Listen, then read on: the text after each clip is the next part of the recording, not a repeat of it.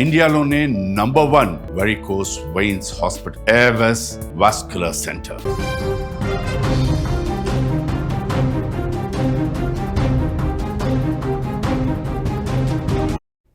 సహస్ర హత్య case mystery వీడింది. హంతకుడు ఎవరో కాదు, అదే కాలనీలో ఉండే ఒక 10వ తరగతి కుర్రాడని తేలింది. పక్కింట్లోనే ఆ కుర్రాడు ఉంటాడని కూడా బయటపడింది. ఇంట్లో 80,000 రూపాయల దొంగతనం కోసం వచ్చి అడ్డుకున్న సహస్రను అత్యంత దారుణంగా చంపేశాడని పోలీసులు కనిపెట్టారు. మొత్తానికి ఎవరైతే అనుమానితుడుగా ఉన్న 10వ తరగతి కుర్రాడున్నాడో అతన్ని అదుపులోకి రాత్రే తీసుకున్నారు. అదుపులోకి తీసుకొని విచారించి కొద్దిసేపటి క్రితమే SOT పోలీసులు, కూకట్పల్లి పోలీసులు ఈ మిస్టరీని ఛేదించారు. 5 రోజుల పాటు హంతకుడి కోసం అనేక ప్రాంతాల్ని గాలించారు, అనేక మనుషుల్ని అనుమానించారు, ఇంట్లో ఉన్న వాళ్ళందరినీ విచారించారు. అయితే పక్కింట్లోనే ఈ కుర్రాడు ఉన్నాడని, ఈ 10వ తరగతి కుర్రాడు పక్కింట్లోనే ఉండేవాడని, రెగ్యులర్గా ఈ ఇంటికి వచ్చి వెళ్ళే కుర్రవాడేనని, ఈ ఇంట్లో కనిపించే కుర్రాడే కాబట్టి హంతకుడిని గుర్తించడం ఆలస్యమైందని పోలీసులు చెప్తున్నారు. 10వ తరగతి కుర్రాడు కనీసం కేవలం 15 ఏళ్ల వయసు ఉంటుంది.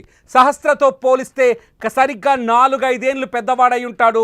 ఈ 4-5 ఏళ్ల పెద్దవాడు 80,000 దొంగతనం చేయడం కోసం, సహస్ర ఇంట్లో దొంగతనం చేయడం కోసం వచ్చి అన్యాయంగా చిన్నారిని అత్యంత దారుణంగా వాళ్ళింట్లోనే ఉన్న కత్తితో పొడిచి చంపాడని బయటపడింది. అంతేకాదు ఈ 10వ తరగతి చదివే ఈ కుర్రాడు, అతని పేరు చెప్పడానికి లేదు, మైనర్, అతని పేరు చెప్పడానికి వీల్లేదు. అయితే అతను ఈ దొంగతనం ఎలా చేయాలనే ఒక స్కెచ్ కూడా రాసుకున్నట్టుగా తెలుస్తోంది.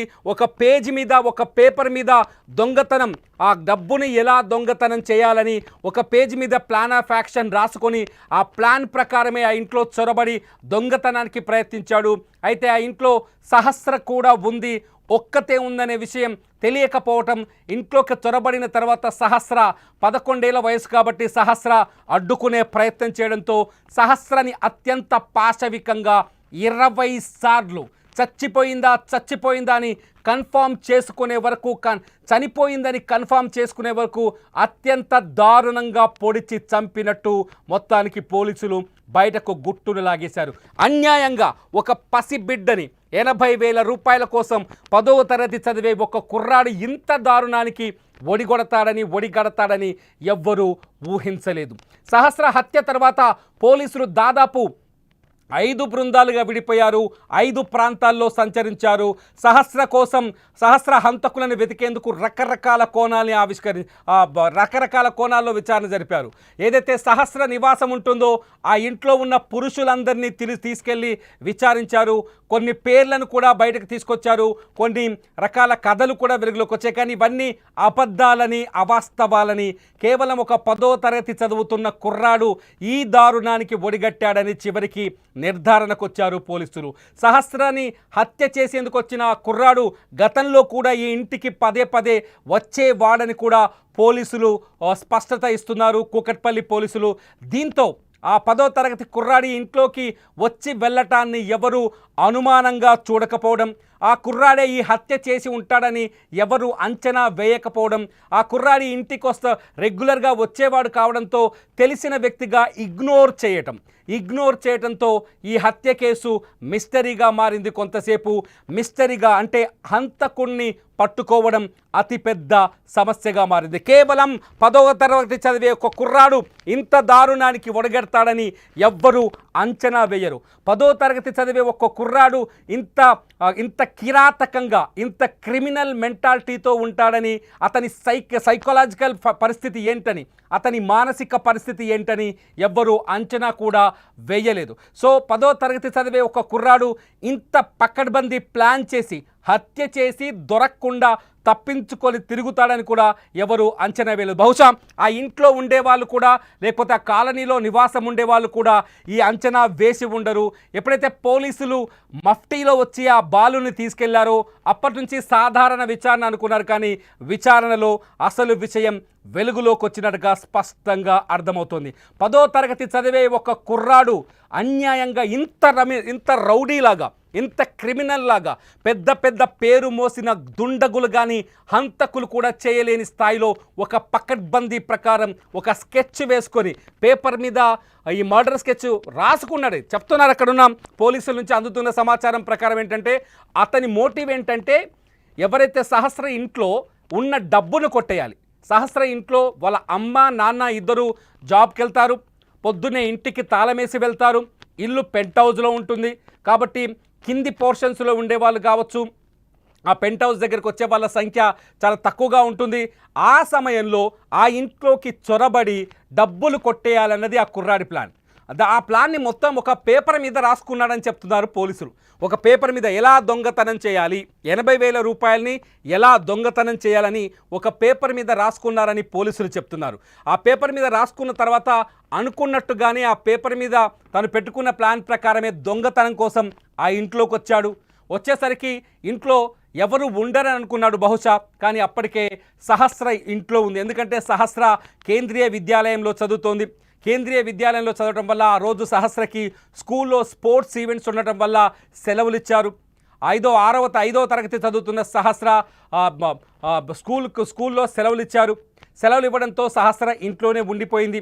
ఇంట్లోనే ఉండిపోవడంతో సహస్ర ఇంట్లుందనే విషయాన్ని ఆ కుర్రాడు ఎవరైతే హత్యకు పాల్పడ్డాడో 10వ తరగతి కుర్రాడు అంచనా వేయలేదు. అంచనా వేయకపోవడం వల్ల ఊహించని విధంగా సహస్ర ఎదురుపడింది ఇంట్లో.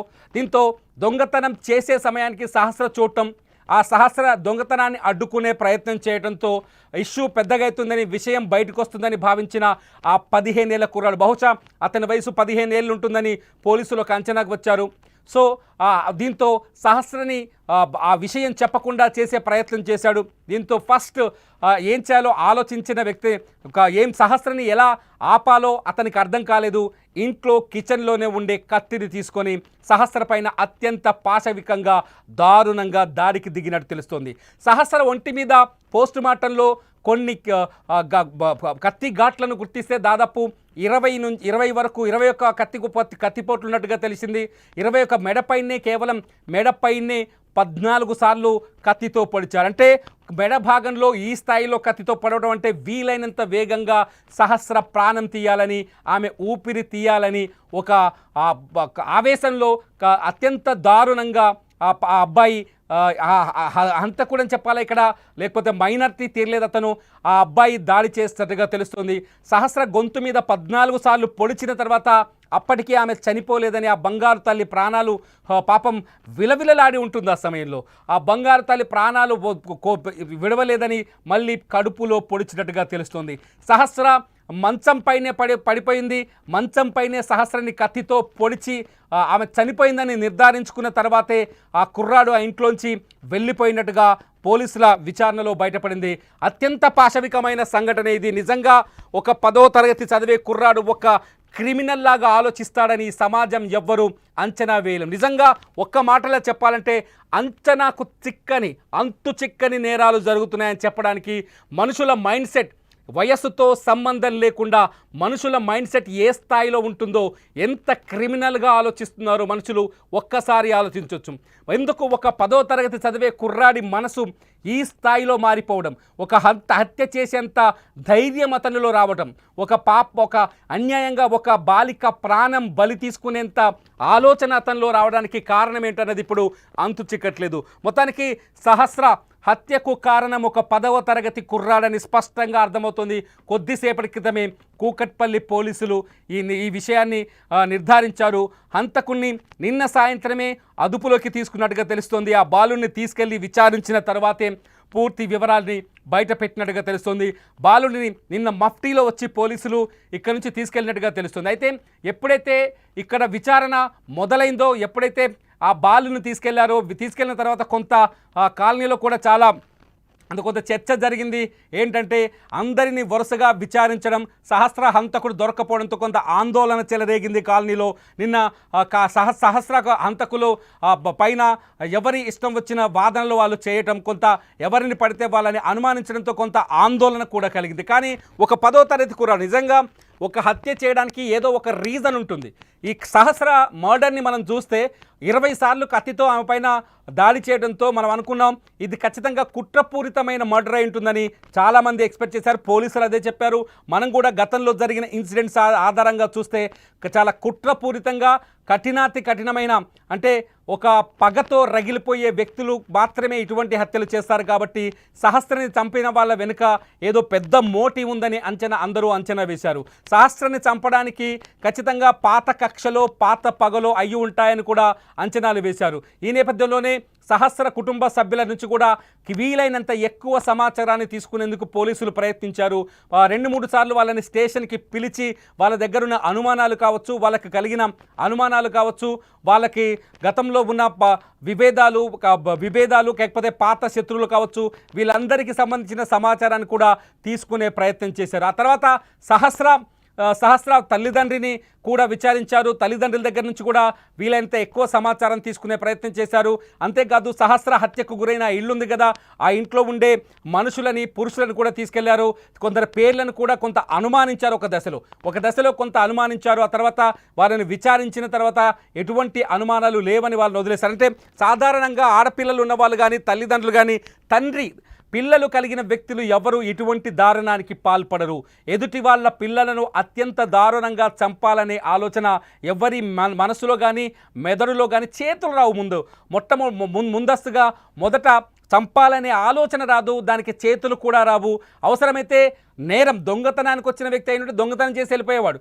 కానీ ఒక 10వ తరగతి కుర్రాడి ఎలా ఆలోచించాడు ఇంత అసలు ఎటుపోతుంది సమాజం అనే ప్రశ్నలు కలుగుతున్నాయి. ఇక్కడ 10th క్లాస్ చదివే కుర్రాడు ఇంత దారుణంగా 10th క్లాస్ చదివే కుర్రాడు 15 ఏళ్ల వయసులో ఇంత దారుణంగా ఆలోచించాడంటే అతని బ్రెయిన్ ఏమనుకోవచ్చు, అతని బ్రెయిన్ ఎలా ఉందనుకోవచ్చు, ఎట్లా ఆలోచించవచ్చు. 10వ తరగతి చదివే కుర్రాడికి డబ్బులు 80,000 రూపాయల అవసరం ఏమొచ్చింది? 80,000 రూపాయలు దొంగతనం చేయాలి, ఆ 80,000ని ఖర్చు పెట్టుకోవాలి. ఆ 80,000ని దొంగతనం ఎలా చేయాలో దానికోసం ఒక పేపర్ మీద స్కెచ్ చేసుకోవడం, ఆ స్కెచ్ ప్రకారమే ఇంట్లోకి చొరబడ్డ తర్వాత ఎదురుపడ్డ సహస్రని అత్యంత దారుణంగా చంపటం. ఒక మనిషిని కత్తితో పొడిస్తే చచ్చిపోతుంది అనే ఆలోచన అతనికి లేదా, లేకపోతే అతనికి ఉన్న అవసరం ముందు ఈ హత్య కూడా చాలా చిన్నదిగా కనిపించిందా? 15 ఏళ్ల కుర్రాడికి 80,000 రూపాయల డబ్బుల అవసరం ఏంటి?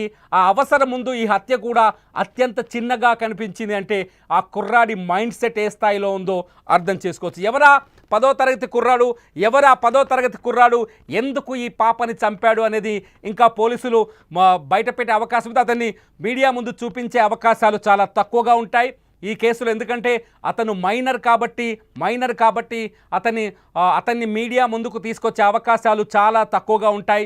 పోలీసులు నిర్ధారణ చేసిన తర్వాత నేరుగా అతన్ని కోర్టులో హాజరుపరిచే అవకాశం ఉంటుంది. అతని కోర్టులో కూడా అత్యంత సీక్రెట్గా విచారించే అవకాశం కనిపిస్తుంది. అంతేకాదు అతను ఇంత దారుణానికి ఒడిగట్టడానికి కారణాలు ఏంటనేది కూడా విచారించే అవకాశం కనిపిస్తుంది. కానీ మొత్తానికి సహస్ర తల్లిదండ్రులకు తీరని దుఃఖాన్ని మిగిల్చాడు ఆ 10వ తరగతి కుర్రాడు. సహస్రని ఎంతో అల్లారు ముద్దుగా ప్రేమగా పెంచుకున్నారు సహస్ర తల్లి రేణుక, తండ్రి కృష్ణ. వాళ్ళు ఎంతో ఇష్టంగా కష్టపడి వాళ్ళ మదర్ మాట్లాడుతుంటే మనకు అనిపిస్తుంది, నా కూతురు కోసం రూపాయి పోగేసి నేను గవర్నమెంట్ దగ్గర కొన్ని పోస్ట్ ఆఫీస్లో పాలసీలు కడుతున్నాను, నా బంగారు తల్లిని చాలా కాలికి మట్టంటకుండా పెంచాలనుకున్నాను అని ఎంతో బాధతో ఆమె చెబుతున్న మాటలు వింటుంటే కళ్ళలోంచి అసలు గుండె రగిలిపోతుంది, గుండెలోంచి దుఃఖం పొంగుకొస్తుంది. ఆ తల్లి మాటలు విన్న తర్వాత ఆ తల్లి ఆక్రందన చూడొచ్చు, సహస్ర మృతదేహాన్ని చూసి ఆ తల్లి ఏడ్చిన తీరు చూడొచ్చు. కానీ ఇక్కడ చాలా భయపడాల్సిన విషయం ఏంటంటే, ఇక్కడ భయపడాల్సిన విషయం చాలా పెద్దది ఉంది. ఎందుకంటే పిల్లలే ఇక్కడ హత్యకు గురైంది కూడా ఒక అమాయకమైన బాలిక, హత్య చేసింది 15 ఏళ్ల లోపున్న ఒక బాలుడు. అతను మైనర్ కాబట్టి అతని పేరు చెప్పడానికి లేదు, మైనర్ కాబట్టి 10th క్లాస్ స్టూడెంట్ కాబట్టి అతని ఫోటో చూపించడానికి, అతని వివరాలు పూర్తి స్థాయిలో చెప్పడానికి వీలు లేదు, చట్టం దానికి అంగీకరించరు. కానీ ఆ తల్లి ఏడుస్తుంటే వాళ్ళ అమ్మ ఏడుస్తున్నట్టుగా ఆ హత్య చేసిన కుర్రాడికి కనిపించలేదా? రేణుక తన కూతురు కోసం బోరున విలపిస్తుంటే ఆ బాధ ఆ హత్య చేసిన కుర్రాడికి కనిపించలేదా? వాళ్ళ అమ్మ రేణుక ఒకే వయసులో ఉండి ఉంటారు. అటు ఇటు రమారమి ఈ రేణుక ఎవరైతే ఈ సహస్ర తల్లి రేణుక ఉందో ఆ రేణుక అట్లాగే హత్య చేసినట్టుగా చెబుతున్న ఆ కుర్రాడి తల్లి ఒకే వయసులో ఒకే స్థాయిలో ఒకే ఏజ్లో ఉండుంటారు. ఈ అమ్మ ఎంతో ఆ అమ్మ కూడా అంతే. ఈ అమ్మకు ఎంత దుఃఖం కలుగుతుందో ఆ అమ్మకు కూడా అంతే దుఃఖం కలుగుతుంది. ఈ అమ్మ ఏడుస్తుంటే తన తల్లి ఏడ్చినట్టుగా కుర్రాడు భావించలేదా? అన్యాయంగా తనకంటే కేవలం 3-4 ఏళ్ల వయసు తక్కువ ఉన్న చిన్నారిని చంపాలన్న ఆలోచన తనకి ఎందుకు వచ్చింది? మొదటి నుంచి ఇక్కడ మనం అనుకుంటున్నాం హంతకుడు ఎక్కడో లేదు, ఆ పరిసర ప్రాంతాల్లోనే ఉంటాడని. ఎందుకంటే ఆ బిల్డింగ్లో కూడా ఉండొచ్చు అనే అంచనాలు మొదటి నుంచి ఎందుకు వచ్చాయి? ఎందుకంటే పోలీస్ జాగిలం ఆ బిల్డింగ్ని దాటి 100 మీటర్లు పరిధిని దాటి ఎక్కడికి వెళ్ళలేదు. Reason number 1. Reason number 2 police జాగిలంతో పాటు అక్కడున్న సీసీ కెమెరాల్లో కూడా ఏ హంతకుడు ఏ వ్యక్తి అనుమానాస్పదంగా కనిపించలేదు. కొంత వాళ్ళ ఫాదర్ ఉదయం చెప్పారు, కొంత సీసీ కెమెరాల్ని మరింత లోతుగా పరిశీలించాలి, ఒక వ్యక్తి గేటు లోపలికి వెళ్ళి బయటకు వస్తున్నట్టుగా అనుమానాలు కలిగాయని వాళ్ళ తండ్రి చెప్పాడు. తండ్రి చెప్పిన నేపథ్యంలో అనుమానాలు కలిగించే విధంగా కొంత విచారణ జరిపించాలన్న ఫాదర్ కోరారు సహస్ర తండ్రి.